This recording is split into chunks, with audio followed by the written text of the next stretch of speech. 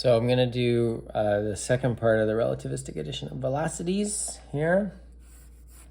So we finished the video with these two Lorentz transformations, the first video. And these are based off of some people on the ground, like maybe our class is sitting there in reference frame S. And then Jeffrey's on a rocket and he's in reference frame S prime. And he shoots a rocket, he shoots a missile, we'll call it. So his rocket has some velocity, and the distance we see the rocket travel is VT from our perspective, or VT prime from his perspective. And the distance we see the missile move for us is X. And for him is, I'll draw it down here, is X prime. And of course, our time is stretched differently in S prime and in S. Okay, so what we want to do is we want to find the velocity of the missile from some reference point, some starting reference point. And we're going to do it in Jeffrey's reference frame of F prime first.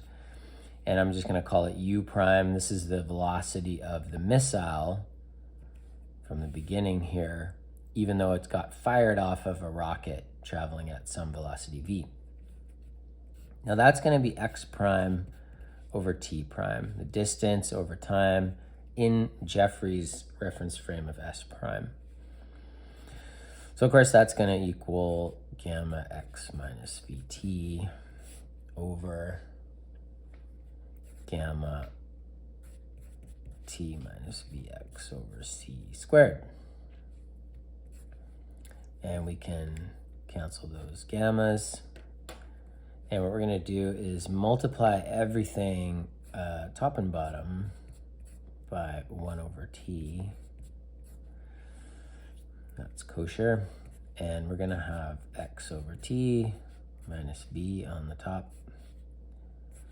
And on the bottom, we're going to have 1 minus V over C squared. And I'm going to write it like this, X over T. Now, of course, X over T is going to be equal to the speed of the missile in the reference frame S. So I'm going to call this U. So this is the speed of the rocket, but not from Jeffrey's perspective, from our perspective on the ground. So it'd be maybe called proper missile velocity. And so we can replace these with U. So, and this is all equal to U prime. So we're going to say U prime is equal to U minus V over 1 minus V U over C squared. Now this is the velocity from Jeffrey's perspective. Oftentimes we want to find it from our perspective, from S prime. So we're going to have to turn this inside out a little bit.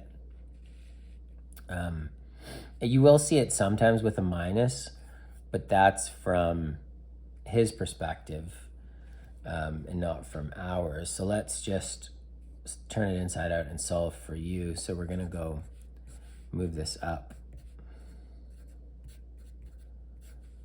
And we're going to, that's going to be equal to U minus V. And then if I expand this, I'm going to have U prime minus VU U prime squared. And then I'm going to, well, I'll just write it out for now. And then that's going to, if I take the things with the U's on this side and the U prime and V on the other side, I will end up with U prime plus V, and I'll end up with U plus V U prime C squared on the other side. And then I'm going to take this, I'm going to factor a U out of there. So we're going to have U times 1 plus VU prime over C squared. And so if I then bring this underneath, this is still U prime plus V. I'm I'm going to end up with, I'm going to switch these around because I just like it better. V plus u prime over all of this, which is 1 plus vu prime over c squared, and that's all equal to u. And that is our relativistic addition of velocities formula.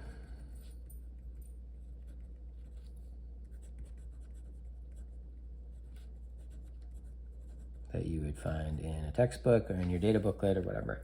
So v being the velocity of our rocket, our original vehicle, and then u prime being the velocity of the missile shot from the rocket. So Jeffrey's going to see the missile moving at u prime. So you add the two velocities together, but then you have to divide by 1 plus 2 velocities multiplied over c squared. And if this velocity is 0, then you'll find that it's just v, and that's fine. Because the v for the first vehicle is the same from either reference point. And so, but of course, if I look at it, it is kind of interesting. Like if you look up here, from Jeffrey's point of view, the velocity of this point is backwards because he's traveling forward, so you can't see that. So the velocity of the origin is going to be going backwards for him, so it's going to be negative v. And for us, it's going forwards. Okay, so that's the relativistic addition of velocities. And part 2 finished.